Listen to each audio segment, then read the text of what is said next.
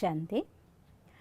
ശരിക്കും നമ്മൾ ചിന്തിച്ചു നോക്കിയാൽ നമ്മുടെ ജീവിതം ഒരിക്കലും ഒരു പെൻഡ്രൈവ് അല്ല, ഒരു റേഡിയോ സ്റ്റേഷനിലെ പ്രോഗ്രാം പോലെയാണ്.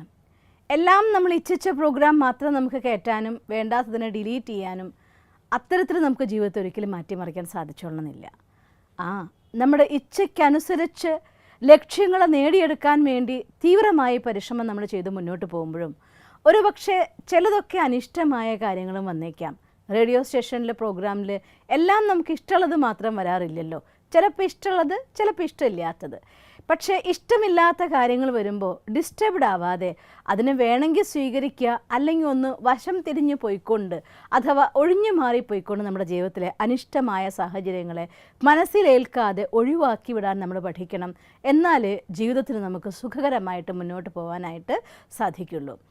അതുപോലെ തന്നെ കഴിയുന്നത്ര സാഹചര്യങ്ങൾ എത്രയ്ക്ക് സാധിക്കുമോ അത്രയ്ക്ക് മറ്റുള്ളവരുടെ ജീവിതത്തെ സഹായിക്കാനാവുമ്പോഴൊക്കെ നമ്മൾ സഹായിക്കാൻ ശ്രമിച്ചിരിക്കണം. ഒരു പക്ഷേ ജീവിതത്തിൽ എന്തെങ്കിലും തകർച്ച ഉണ്ടാവുന്നത് അത് വളരെ നല്ല നല്ല ഒരു കാര്യത്തിന് വേണ്ടിയിട്ടായിരിക്കാം. ഭഗവാൻ നോക്കൂ, എന്തൊക്കെ കാര്യങ്ങൾ തകരുന്നുണ്ടോ അതിനെയൊക്കെ നന്നാക്കിയല്ലേ ഉപയോഗിക്കുന്നത്. എപ്പോഴാണോ ആകാശത്ത് മഴമേഘങ്ങൾ തകരുന്നത് അവിടെയാണ് മഴയായിട്ട് താഴേക്ക് പെയ്തിറങ്ങുന്നത്. മണ്ണ് ഉഴുതുമറിച്ച് പൊടിയായി തകർന്നു തീരുമ്പോഴാണ് അത് കൃഷിക്ക് യോഗ്യമായി തീരുന്നത്. ഒരു വിത്ത് പൊട്ടുമ്പോഴാണ് അതിൽ നിന്നൊരു ചെടി മുളച്ച് പുറത്തേക്ക് വരുന്നത്.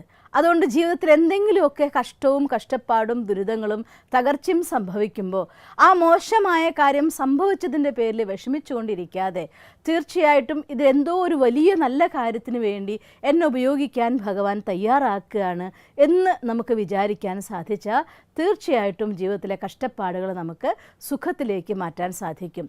ഞാനൊരു കൊച്ചു കഥ ഓർത്തു പോവുകയാണ്. ഒരു പ്രഭാതത്തിൽ ഒരു കുട്ടി ഒരു പിടി പൂക്കളുമായി വന്ന് കബറിടത്തിൻ്റെ മേലെ ആ പൂക്കളെ ഇട്ടുകൊണ്ട് അതിൻ്റെ അടുത്തുനിന്ന് പൊട്ടി പൊട്ടി കരയുകയാണ്. അച്ഛാ, എണീറ്റ് വരൂ, എനിക്ക് സഹിക്കാനാവുന്നില്ല. ടീച്ചർ പറഞ്ഞിരിക്കുന്നത് ഒന്നുകിൽ നാളെ സ്കൂളിൻ്റെ ഫീസ് കൊണ്ട് ചെല്ലണം, അല്ലെങ്കിൽ അച്ഛനെ കൊണ്ട് ചെല്ലണം എന്നാണ്. എനിക്ക് ഫീസ് അടയ്ക്കാനുള്ള പൈസയില്ല, അതുകൊണ്ട് അച്ഛൻ എന്തായാലും എഴുന്നേറ്റ് വന്നേ പറ്റൂ എന്ന് പറഞ്ഞ് ഈ കുട്ടി ഇങ്ങനെ അവിടെ ഇരുന്ന് കരയുകയാണ്. അപ്പോൾ ആ സമയത്ത് ആ തൊട്ടടുത്തുള്ള വേറൊരു കബറിടത്തിൻ്റെ അടുത്ത് നിന്നുകൊണ്ട് ആ കബറിടത്തിനെ മൂടാൻ വേണ്ടി പൂക്കളുടെ ഒരു വിരിപ്പുണ്ടാക്കി തരണം എന്ന് ഓർഡർ കൊടുത്തുകൊണ്ടിരിക്കുന്ന ഒരാളുണ്ടായിരുന്നു.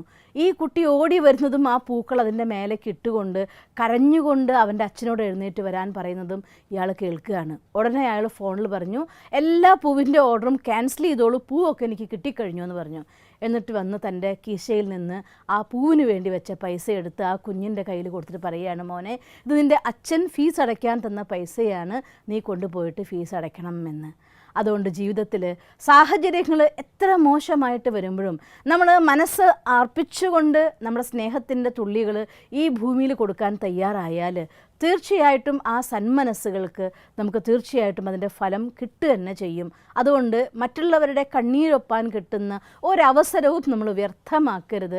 അതായിരിക്കും ജീവിതത്തിൻ്റെ ഏറ്റവും വലിയ അനുഗ്രഹമാകുന്നത്.